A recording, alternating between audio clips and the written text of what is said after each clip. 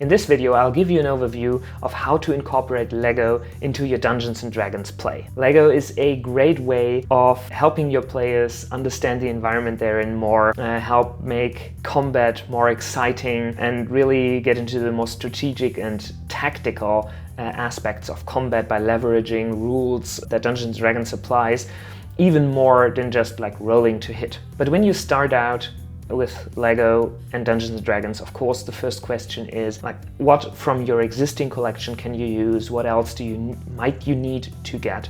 And so in this video, I want to give a quick overview of the different things to think about, and I'll have some tips where to start for you. So of course, the main thing with Dungeons & Dragons maps are the terrain tiles. In my setup, I tried to build them modular so I can quickly combine like big maps together. So having terrain and like the base of the map might be the basis for what you need. But you can also use standard like grids, or maybe draw these maps out and then use LEGO parts as, for example, scatter.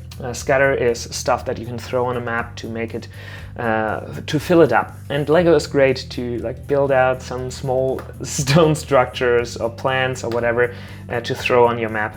And also bigger scatter like these pillars, and even bigger ones like this tree. I've a couple of these set up in like different shades and forms to make a more foresty map, and you can use them on any map, not only LEGO maps. So these are like, I think the main terrain things, and also of course like bigger structures. For example, this bridge. I haven't used this in my Dungeons & Dragons sessions yet because my players are in a town right now. I'm waiting for them to get into a dungeon or some kind of outdoors maybe where I could use this, but I think it's a great place as a choke point if you want to ambush them in a fight, something like that.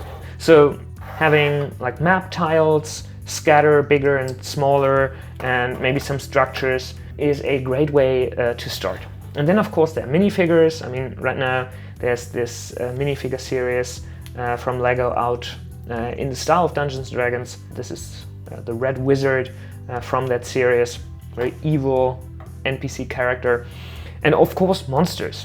And monsters can come in all shapes and forms, and I'll do a separate video on where to start with monsters for Dungeons & Dragons in general, but especially for LEGO, because there's definitely monsters that you'll need more of or less of, and also which parts to get that you can transform into other monsters. So when you start out, I would start out with a budget in mind. And I'm not talking about like if you want to spend tens or hundreds or thousands of dollars, but rather how much time you're willing to invest versus how fast you want to build stuff.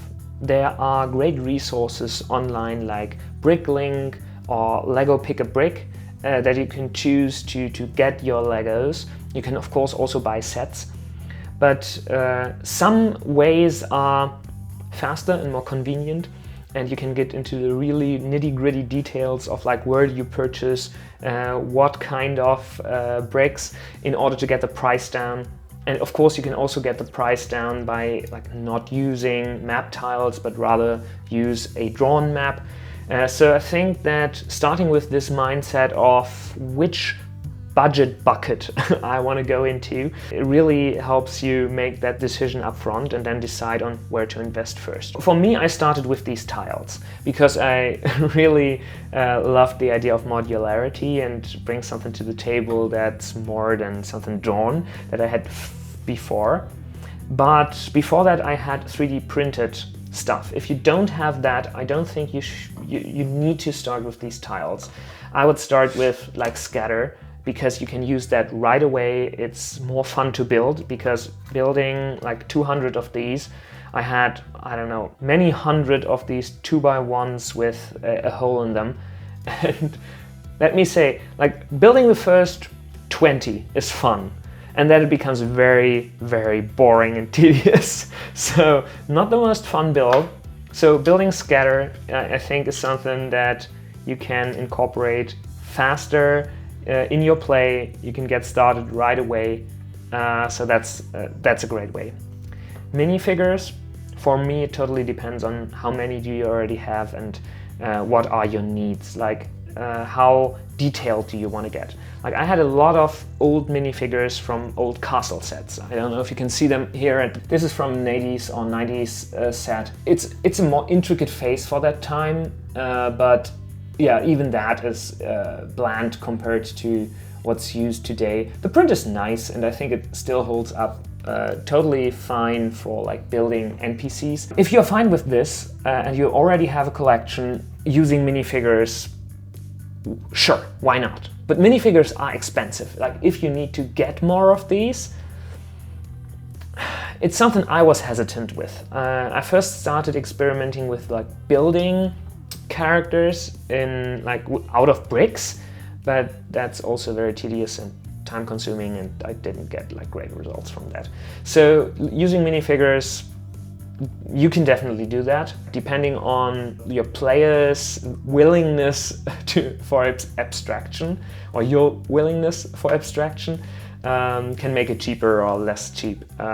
And a great way to get minifigures is actually through the Ninjago series. I think the Dream series has some great characters as well that you can use, because like getting these old castle pieces or getting like even newer ones, they are in very expensive sets, and the Dungeons and Dragons figures are I think, okay cheap way to get into it. But even like when I started out, I wasn't willing to invest like $4 to $5. I'm not quite certain about the dollar price. I wasn't willing to invest that kind of money for like every NPC and all the characters I needed. Your starting point with minifigures really depends on your existing collection.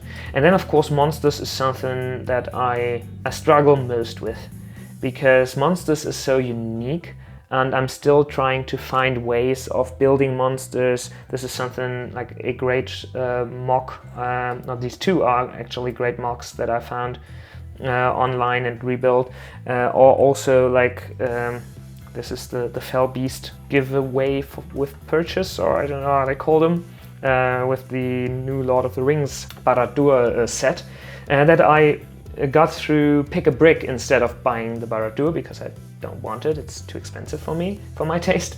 So I bought all the pieces individually through Pick a Brick, so that's why there's some like odd color choices, because I used stuff from my collection as well. But as you can see, like these monsters are like very singular. I tried to make the ogre a NPC in my campaign to have it reusable multiple times, and then my party killed it on the first try. Yeah, so I think starting with like scatter is probably the best way to start. Let me know in the comments what in using Lego with Dungeons & Dragons is the most interesting to you. I'll share some techniques, I'll share some ideas, and also the stuff I found out along the way that didn't work. So let me know in the comments what interests you, and I'll cover it in a future video. See you in the next one. Bye!